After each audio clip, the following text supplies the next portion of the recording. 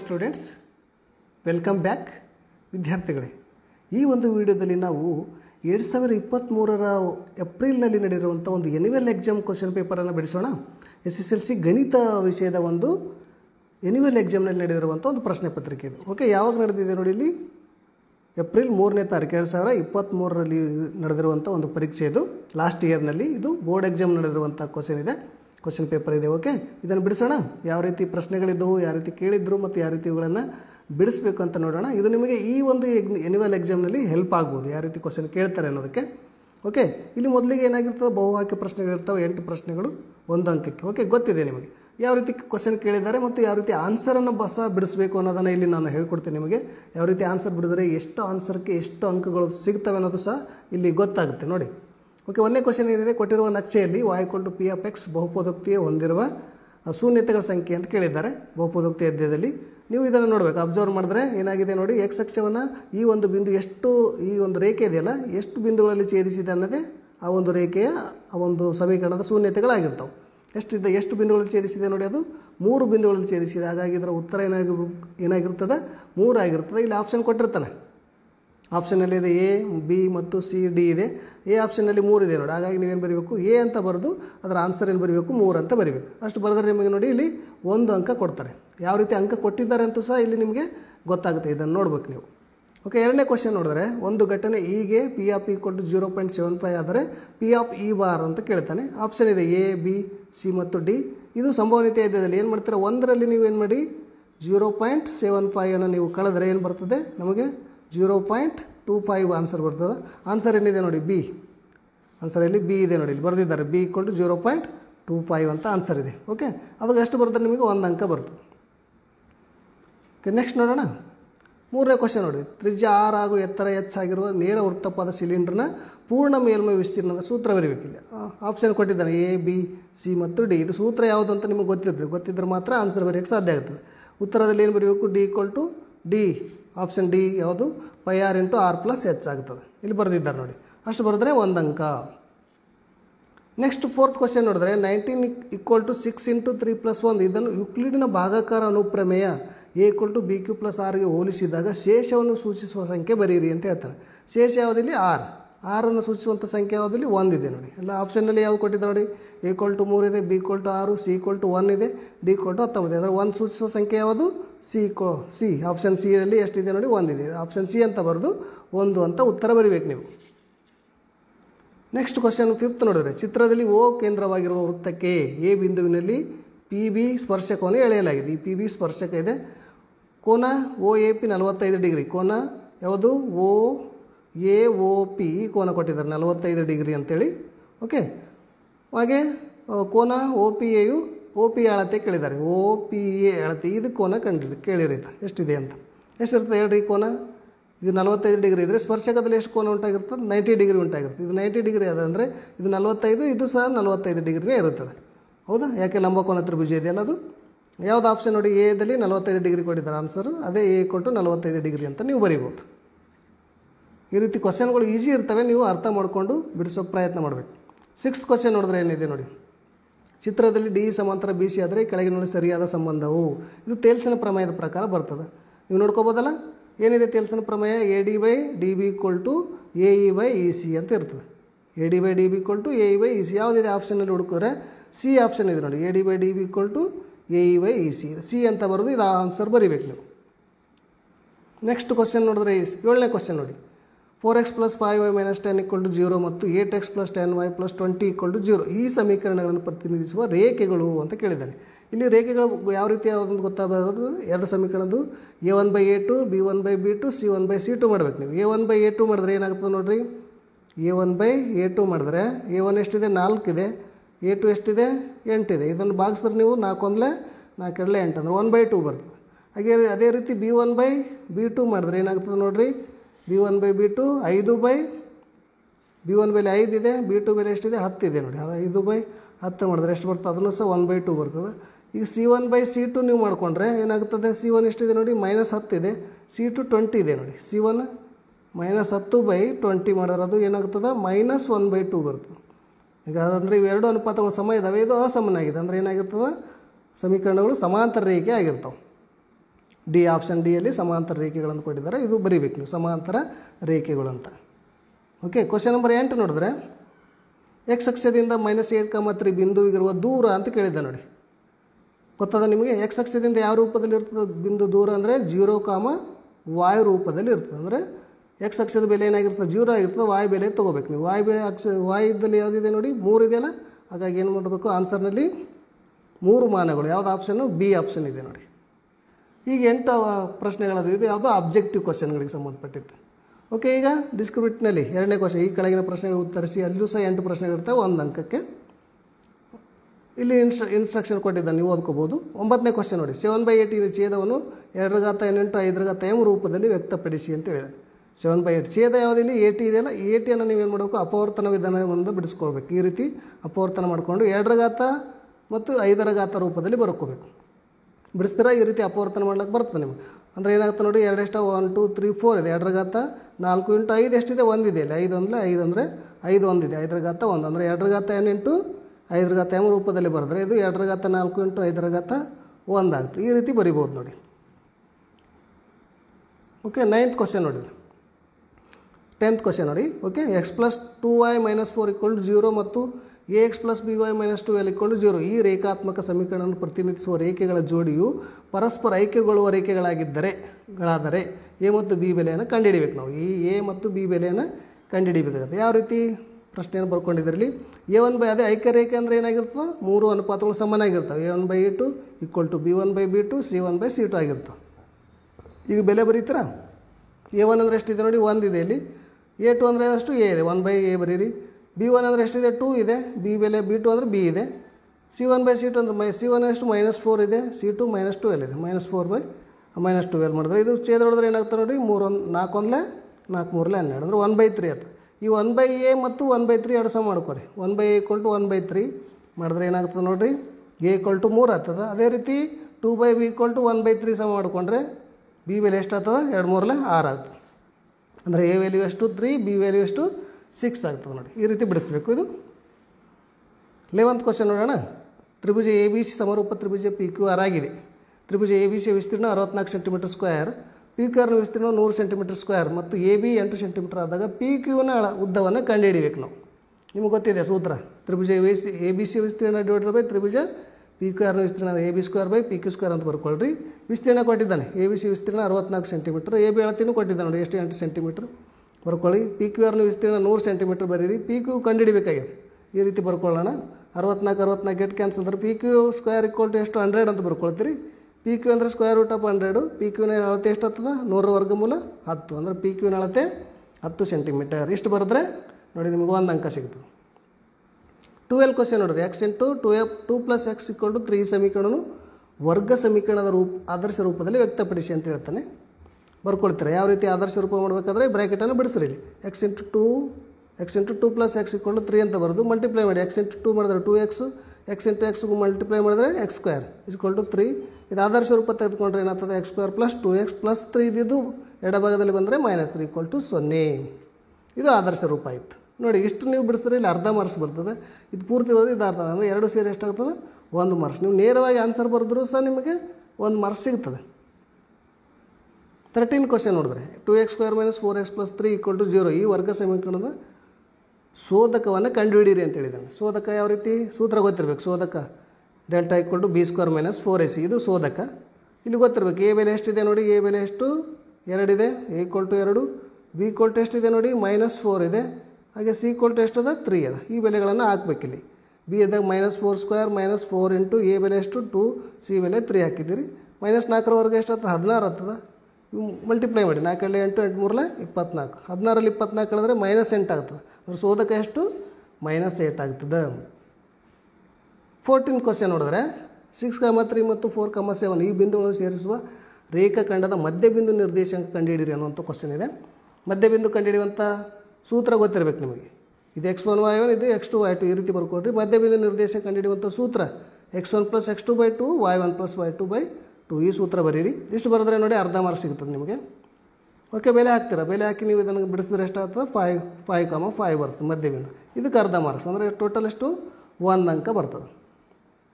ಅಂದರೆ ನೀವು ಎಷ್ಟು ಬಿಡಿಸಿದ್ರೆ ಅಷ್ಟು ಅಂಕ ಸಿಗುತ್ತದೆ ನೋಡಿ ಇಲ್ಲಿ. Okay 15th question P of X equal to 3x³ minus X square X ಘಾತ 4 plus 2x² plus 5x plus 2 ಈ ಬಹುಪದೋಕ್ತಿಯ ಮಹತ್ತಮ ಘಾತ ಅಥವಾ ಡಿಗ್ರಿ ಬರೆಯಿರಿ ಅಂತ ಇದೆ. ಡಿಗ್ರಿ ಅಂದರೆ ಯಾವುದು? ಬಹುಪದೋಕ್ತಿ ಹೆಚ್ಚಿನ ಘಾತ ಯಾವುದಾದ ನೋಡಿ 4 ಇದೆಯಲ್ಲ, ಹಾಗಾಗಿ ಡಿಗ್ರಿ ಯಾವುದು? ಬಹುಪದೋಕ್ತಿ ಮಹತ್ತಮ ಘಾತ ಅಥವಾ ಡಿಗ್ರಿ 4 ಅಂತ ಬರೀತಾರೆ. ಇದು ಸುಲಭ ಇದೆ, ಇದು ಭಾಳ. ಈಗ 16th ಕ್ವಶನ್, ಒಂದು ಅಂಕದಲ್ಲಿರುವಂಥ 16th ಕ್ವಶನ್ ನೋಡಿದ್ರೆ, ಚಿತ್ರ ಕೊಟ್ಟಿರೋ ಶಂಕುವಿನ ಭಿನ್ನಕದ ಘನಫಲವನ್ನು ಕಂಡುಹಿಡಿಯುವಂಥ ಸೂತ್ರ ಬರೀಬೇಕು ನೀವು. ಘನಫಲ ಕಂಡುಹಿಡಿಯುವ ಸೂತ್ರ ಯಾವುದು ಹೇಳಿ? ಇಲ್ಲಿ ಬರೆದಿದ್ದೀವಿ. ಶಂಕುವಿನ ಭಿನ್ನಕದ ಘನಫಲ equal to 1/3 πh into r1² plus r2² plus r1 into r2 ಇಷ್ಟು ಬರೀಬೇಕು ನೋಡಿ. ಇಷ್ಟು ಬರೆದ್ರೆ 1 ಅಂಕ. ಓಕೆ, ಇಷ್ಟು 1 ಅಂಕದ ಪ್ರಶ್ನೋತ್ತರಗಳಾಗಿದ್ದಾವೆ.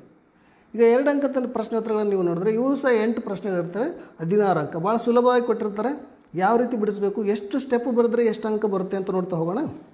17th ಕ್ವಶನ್ ನೋಡೋಣ. ಈಗ 5 + √3 ಒಂದು ಅಭಾಗಲಬ್ಧ ಸಂಖ್ಯೆ ಎಂದು ಸಾಧಿಸಿ. ಇದು ಕಂಪಲ್ಸರಿ ಕ್ವಶನು, ಕೇಳ್ತಾರೆ, ನೀವು ಪ್ರಾಕ್ಟೀಸ್ ಮಾಡಿ.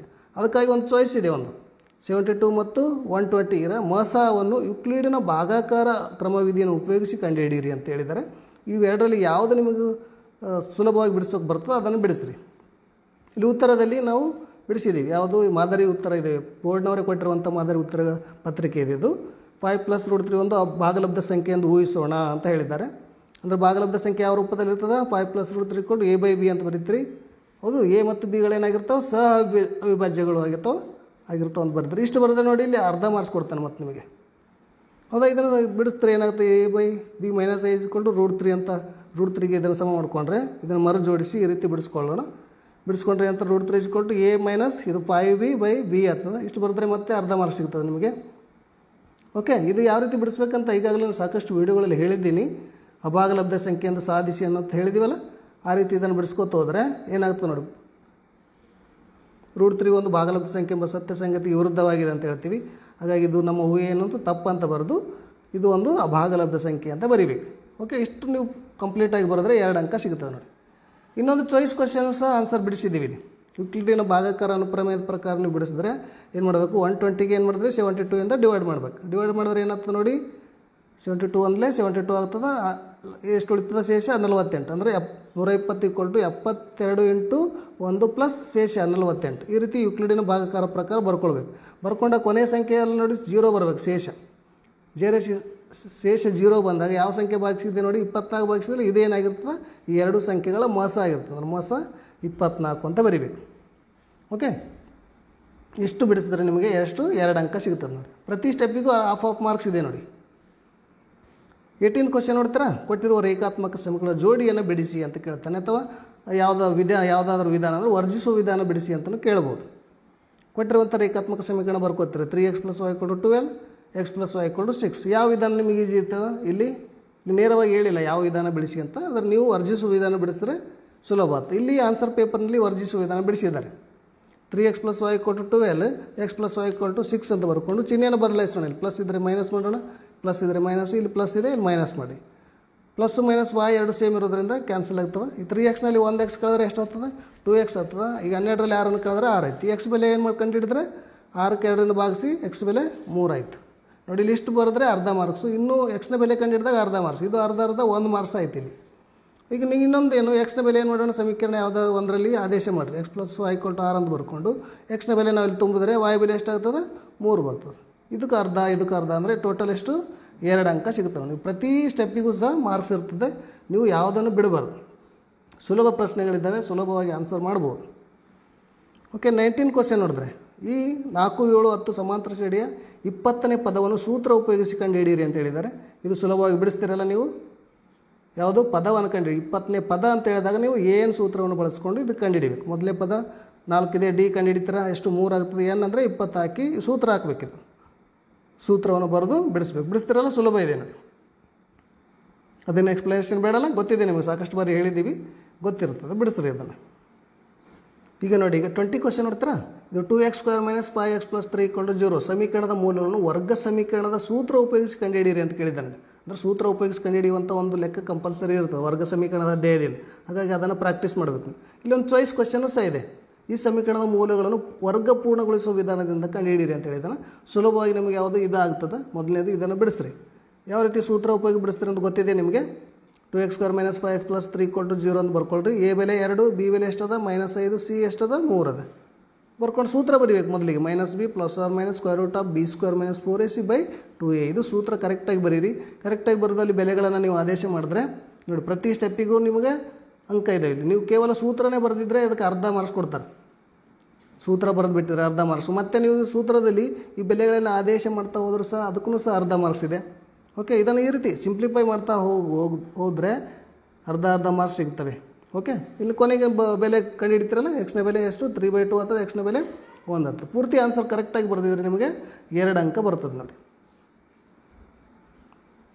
ಇದು ಯಾವ ರೀತಿ ಬಿಡಿಸ್ಬೇಕಂತ ಗೊತ್ತಿದೆ. ಇನ್ನೊಂದು ಚಾಯ್ಸ್ ಕೊಟ್ಟಿದ್ರು ವರ್ಗ ಪೂರ್ಣಗೊಳಿಸುವ ವಿಧಾನದಿಂದ, ಅದು ಸಹ ನೀವು ಮಾಡ್ಬೋದು. ಯಾವುದು ಈಜಿ ಇದೆ ಅದನ್ನು ಬಿಡಿಸ್ರಿ.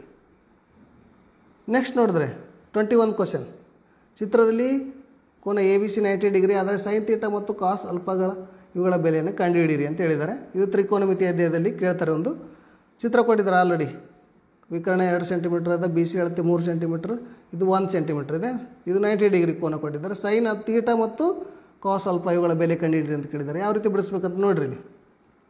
ಓಕೆ, ಯಾವ ರೀತಿ ಸೈನ್ ಅಂದಾಗ ಏನಾಗ್ತದೆ, ಅಭಿಮುಖ ಬಾಹು ಬೈ ವಿಕರ್ಣ. ಸೈನ್ ಥೀಟಾ ಅಂದಾಗ ಇದು ತೊಗೋಬೇಕು, ಇದು ಕೋನ ತೊಗೊಂಡ್ಕೊಂಡ್ರೆ ಈ ಥೀಟಾಕ್ಕೆ ಅಭಿಮುಖವಾಗಿರೋದು ಬಾಹು ಯಾವುದು, ಇದು ಆಗ್ತದೆ. ಇದು ಪಾರ್ಶ್ವಭಾವ ಆಗಿರ್ತದೆ. ಹಾಗಾಗಿ ಏನದಲ್ಲಿ ನಮ್ಮದು ಇದು ವಿಕರ್ಣ. ಸೈನ್ ಥೀಟಾದ ಬೆಲೆ ಏನದ AB/AC, ಅಭಿಮುಖ ಬಾಹು ಭಾಗಿಸು ವಿಕರ್ಣ ಇದೆ. AB/AC ಅಂದರೆ 1/2 ಆನ್ಸರ್ ಆಗ್ತದೆ. ಕಾಸ್ ಅಲ್ಪ ಅಂದಾಗ ಇದು ಈ ಒಂದು ಕೋನ ತೆಗೆದುಕೊಂಡ್ರೆ ಇದಕ್ಕೆ ಅಭಿಮುಖ ಭಾವ ಯಾವುದಾಗ್ತದೆ, ಇದಾಗ್ತದೆ. ಈಗ BC ಅಭಿಮುಖ ಭಾವ ಆಗ್ತದೆ, ಇದು ಏನಾಗ್ತದೆ AB ಪಾರ್ಶ್ವಭಾವ ಆಗಿಬಿಡ್ತದೆ. ನಮ್ಮದು ಕಾಸ್ ಅಲ್ಪ ಏನಾಗ್ತದೆ AB/ ಮತ್ತು AC, ಯಾವುದು ಪಾರ್ಶ್ವಭಾವ ಬೈ ವಿಕರ್ಣ ಅಂದರೆ AB/AC, ಅದನ್ನು ಸಹ 1/2 ಬರ್ತದೆ ಆನ್ಸರ್. ಇಷ್ಟು ಬರೆದ್ರೆ ನೋಡಿ, ಇದಿಷ್ಟು ಬರೆದ್ರೆ 1 ಮಾರ್ಕ್ಸ್ ಬರ್ತದೆ, ಇದು ಬರೆದ್ರೆ ಸಹ 1 ಮಾರ್ಕ್ಸ್. ಎರಡು ಸೇರಿ ಎಷ್ಟು 2 ಅಂಕ. ನೆಕ್ಸ್ಟ್ ಕ್ವಶನ್ ನೋಡಿ 22. ಒಂದು ಪೆಟ್ಟಿಗೆಯಲ್ಲಿ 9 ರಿಂದ 19ರವರೆಗಿನ ಸಂಖ್ಯೆಗಳನ್ನು ನಮೂದಿಸಿರುವ ಕಾರ್ಡ್ಗಳಿವೆ. ಪೆಟ್ಟಿಗೆಯಿಂದ ಯಾದೃಚ್ಛಿಕವಾಗಿ ಒಂದು ಕಾರ್ಡನ್ನು ತೆಗೆದಾಗ ಅದು ಒಂದು ಅವಿಭಾಜ್ಯ ಸಂಖ್ಯೆಯಾಗಿರುವ ಸಂಭವನೀಯತೆಯನ್ನು ಕಂಡುಹಿಡಿಯಿರಿ ಅಂತ ಹೇಳ್ತಾನೆ. ಈ ಸಂಭವನೀಯತೆ ಅಧ್ಯಾಯದಲ್ಲಿರುವಂಥದ್ದು. ಆ ಪೆಟ್ಟಿಗೆಯಲ್ಲಿರುವಂಥ ಅಷ್ಟು ಕಾರ್ಡ್ಗಳು ಎಷ್ಟಿದಾವೆ ನೋಡಿ, 9 ರಿಂದ 19 ಇದೆ. 9 ರಿಂದ 19 ಅಂತ ಸಂಖ್ಯೆಗಳು ಬರ್ಕೊಳ್ರಿ. ಎಷ್ಟಾಗ್ತವೆ, NF ಎಷ್ಟಾಗ್ತದೆ 11 ಆಗ್ತದೆ. ಒಟ್ಟು 11 ಕಾರ್ಡ್ಗಳಿದ್ದಾವೆ. ಇದರಲ್ಲಿ ಅವಿಭಾಜ್ಯ ಸಂಖ್ಯೆಗಳು ಯಾವುವು, ಅವಿಭಾಜ್ಯ ಸಂಖ್ಯೆ ಇರುವಂಥ ಸಂಭವನೀಯತೆ ಕಂಡುಹಿಡಿ ಅಂತ ಹೇಳಿದ್ದಲ್ಲ. ಹಾಗಾಗಿ ಅವಿಭಾಜ್ಯ ಸಂಖ್ಯೆ ಎ ಅಂತ ಬರ್ಕೊಂಡು ಅವಿಭಾಜ್ಯ ಸಂಖ್ಯೆಗಳು ಯಾವುವು 11, 13, 17, 19 ಅಂತ ಬರ್ಕೊಳ್ಬೇಕು. ಈ ರೀತಿ ಒಟ್ಟು ಎಷ್ಟಾಗ್ತವೆ ನೋಡಿ, 1 2 3 4 ಇದಾವೆ. ಅಂದರೆ NF 4 ಅಂತ ಬರೀರಿ. ನಮಗೆ ಸಂಭವನೀಯತೆ ಸೂತ್ರ ಗೊತ್ತು ಏನು, PF NF NF ಅಂತ ಮಾಡಿದ್ರೆ 4/11 ಆಗ್ತದೆ ನೋಡಿ.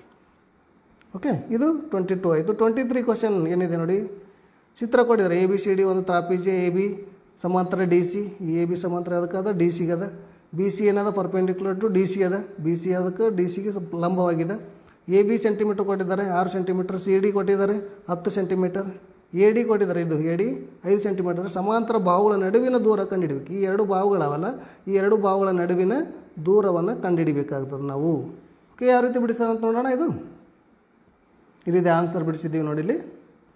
ಓಕೆ, ಯಾವ ರೀತಿ ಬಿಡಿಸ್ಬೇಕಂತ ಗೊತ್ತಿದೆಯಲ್ಲ. ABC ಒಂದು ಆಯತ ಅಂತ ಗೊತ್ತಾಗ್ತದೆ. ABC ಇದು ಒಂದು ಆಯತ ಆಗ್ತದೆ. EC = AB. AB ಎಷ್ಟದ ಅಷ್ಟೇ ಅಳತೆ EC ಆಗ್ತದೆ 6 ಸೆಂಟಿಮೀಟ್ರ್. ಈ DC ಅಂದಾಗ ಏನಾಗ್ತದೆ, D ಇಲ್ಲಿಂದ C ತರ ಅಳತೆ ಬೇಕಾದ್ರೆ ಯಾವುದು EC + D ಅಂತ ಮಾಡ್ತೀರಿ. D + EC ಮಾಡಿದ್ರೆ ಎಷ್ಟು, DC ಅಳತೆ ಕೊಟ್ಟಿದ್ರೆ 10 ಸೆಂಟಿಮೀಟ್ರ್. D + EC ಮಾಡೋಣ. EC ಗೊತ್ತಾಗಿದೆ ಎಷ್ಟು 6 ಅಂತ. ಈ D ಕಂಡು 10ರಲ್ಲಿ 6 ಕಳೆದ್ರೆ 4 ಸೆಂಟಿಮೀಟ್ರ್. ಯಾವುದು DE ಅಳತೆ. D ಇಂದ ಇಲ್ಲಿಗೆ, ಇಲ್ಲಿಂದ ಇಲ್ಲಿಗೆ ಅಳತೆ ಎಷ್ಟು ಗೊತ್ತಾಯಿತು, 4 ಸೆಂಟಿಮೀಟ್ರ್ ಗೊತ್ತಾಗುತ್ತೆ. ಓಕೆ, ಈಗ ತ್ರಿಭುಜ AD ಅಂತ ಮಾಡ್ಕೊಂಡ್ರೆ AD² = AE² + DE² ಆಗ್ತದೆ. ಆ ರೀತಿ ಇದನ್ನು ಬಿಡಿಸ್ತಾ ಹೋದ್ರೆ ಏನಾಗ್ತದೆ ನೋಡಿ, A = 3 ಸೆಂಟಿಮೀಟರ್. ಸಮಾಂತರ ಬಾಹುಗಳ ನಡುವಿನ ಅಂತರ ಎಷ್ಟಾಗ್ತದೆ 3 ಸೆಂಟಿಮೀಟ್ರ್ ಆಗಿರುತ್ತೆ. ಇಲ್ಲಿಂದ ಇಲ್ಲಿಗೆ ನಡುವಿನ ಅಂತರ ಎಷ್ಟು 3 ಸೆಂಟಿಮೀಟ್ರ್ ಆಯ್ತು. ಓಕೆ, ಈಗ 24 ಕ್ವಶನ್ ನೋಡಿ. 4 ಸೆಂಟಿಮೀಟರ್ ತ್ರಿಜ್ಯದ ವೃತ್ತವನ್ನು ರಚಿಸಿರಿ ಮತ್ತು ಸ್ಪರ್ಶಗಳ ನಡುವಿನ ಕೋನ 60 ಡಿಗ್ರಿ ಇರುವಂತೆ ಒಂದು ಜೊತೆ ಸ್ಪರ್ಶಕವನ್ನು ರಚಿಸಿ ಅಂತಿದೆ. ಇದು ಬಿಡಿಸ್ತಿರಲ್ಲ, ಇದು ಭಾಳ ಸುಲಭವಾಗಿದೆ. ಸ್ಪರ್ಶಕ ರಚನೆ ಮಾಡೋದು ಗೊತ್ತಿದೆ ನಿಮಗೆ. 160 ಡಿಗ್ರಿ ಇರೋದಂತ ತ್ರಿಜ್ಯಗಳ ನಡುವಿನ ಕೋನ ಎಷ್ಟಿರ್ತದೆ 120 ಡಿಗ್ರಿ ಇರ್ತದೆ. ಈ 120 ಡಿಗ್ರಿ ಕೋನವನ್ನು ಮೊದಲೇ ರಚನೆ ಮಾಡ್ಕೋಬೇಕು. ಇದು ಕೋನವನ್ನು ರಚನೆ ಮಾಡಿಕೊಂಡು ಸ್ಪರ್ಶಕವನ್ನು ರಚನೆ ಮಾಡ್ತೀವಿ. ಸ್ಪರ್ಶಕ ರಚನೆ ಮಾಡುವಂಥ ವೀಡಿಯೋಗಳು ಸಾಕಷ್ಟು ಹಾಕಿದ್ದೀನಿ ನಾನು, ನೀವು ನೋಡ್ಬೋದು. ಯಾವುದ್ಯಾವುದಕ್ಕೆ ಎಷ್ಟೆಷ್ಟು ಅಂಕ ಕೊಡುತ್ತಾರೆ ಅಂತ ಗೊತ್ತಿದೆ ನೋಡಿ. 4 ಸೆಂಟಿಮೀಟರ್ ತ್ರಿಜ್ಯ ಏನಾದರೂ ನೀವು ವೃತ್ತ ತ್ರಿಜ್ಯ ರಚನೆ ಮಾಡಿದರೆ, ವೃತ್ತ ರಚನೆ ಮಾಡಿದರೆ ಅರ್ಧ ಮಾರ್ಕ್ಸ್ ಇದೆ. ಕಂಸಳ ರಚನೆ ಆಗಿದ್ದು ಅಂದರೆ ಅದಕ್ಕೂ ಅರ್ಧ ಮಾರ್ಕ್ಸ್ ಇದೆ. ವೃತ್ತಕ್ಕೆ 2 ಸ್ಪರ್ಶಕ ಏನಾದರೂ ರಚಿಸಿದ್ರೆ ನೀವು ಅಂದರೆ ಅದಕ್ಕೆ ಅರ್ಧ ಮಾರ್ಕ್ಸ್ ಇದೆ. ಒಟ್ಟು ಟೋಟಲ್ 2 ಅಂಕ. ಓಕೆ, 2 ಅಂಕದ 8 ಪ್ರಶ್ನೆಗಳು ಈ ರೀತಿ ಮುಗಿತಾವೆ ವಿದ್ಯಾರ್ಥಿಗಳು. ಈಗ ಎಷ್ಟು 3 ಅಂಕದ ಪ್ರಶ್ನೆಗಳು ನೀವು ನೋಡ್ಬೋದು. ಎಷ್ಟು 9 ಪ್ರಶ್ನೆಗಳಿರ್ತವೆ, ಒಟ್ಟು 27 ಅಂಕ. ಅಲ್ಲಿ ಯಾವ ರೀತಿ ಕ್ವಶನ್ ಕೇಳಿದ್ರು ಅಂದರೆ 23